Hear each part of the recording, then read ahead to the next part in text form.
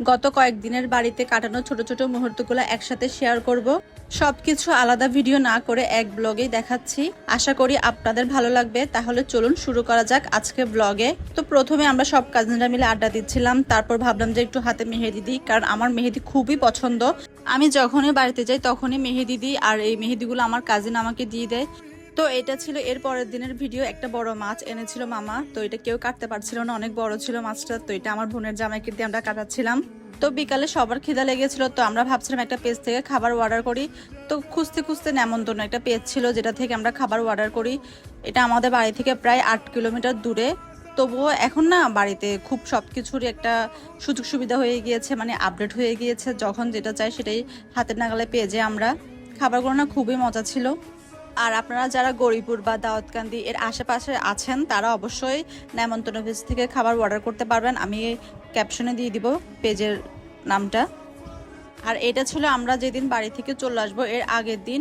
তো আমরা সবাই হুট করে প্ল্যানিংটা করেছিলাম যে আব্বুর গাড়িতে গ্যাস নেবে। তো আব্বু বলতেছে যে সবাই মিলে চা খাওয়ার জন্য। তো আমরা ভাবছিলাম যে হাঁটতে যখন যাচ্ছি তাহলে একটু দূরের থেকে একটু হেঁটে আসি। তো এটা একদমই মানে হুট করে প্ল্যানিংটা, আমরা কেউ রেডি ছিলাম না বা কেউ ওরকমভাবে রেডি হয়ে যায় নাই।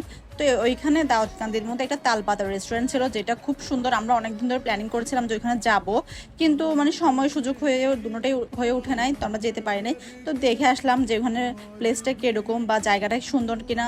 না, দেখলাম যে ভালোই প্লেসটা। ভাবছিলাম যদি এবার আবার বাড়িতে যাই কখনো তাহলে ওইখানে সুন্দর করে যাব, তারপর ঘুরে আসবো। আর রাতে হওয়াতে না খুব কম মানুষই ছিল। গ্রামে তো একটু মানুষ কমই থাকে, রাতে দুপুরে না একটু বেশি থাকে, এই আর কি। তো ঘুরে ঘুরে দেখছিলাম আর ভিডিও করতেছিলাম। তো আমরা না এখান থেকে টুকিটাকি কিছু খেয়ে চলে এসেছিলাম, কারণ আমাদের পেট সবারই ভরা ছিল। আর তখন রাত বাজতেছিল 10টা প্রায়। আর রাহাকে নিয়ে না সামনে বসাই যায় না, এত দুষ্টুমি করে, এটা ঘাটাঘাটি করে ওইটা ঘাটাঘাটি করে, এই আর কি। তো আমরা বাড়িতে চলে আসছিলাম। এটা ছিল তারপরের দিন যেদিন আমরা চলে আসবো চট্টগ্রামে।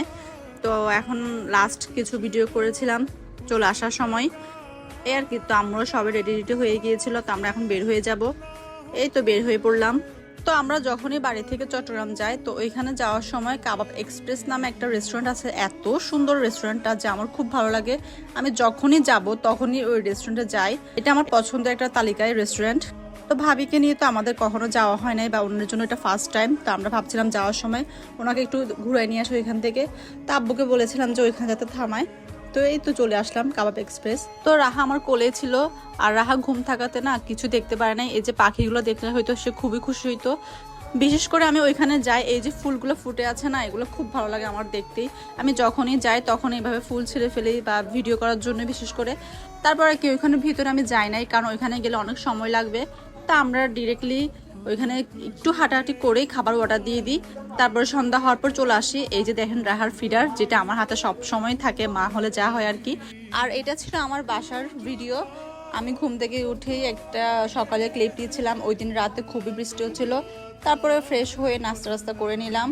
আর অনেক কাপড় চোপড় জমা ছিল যেগুলো আমার এখন গুছাতে হবে, তো এটার জন্য প্রস্তুতি নিচ্ছিলাম, এই আর কি।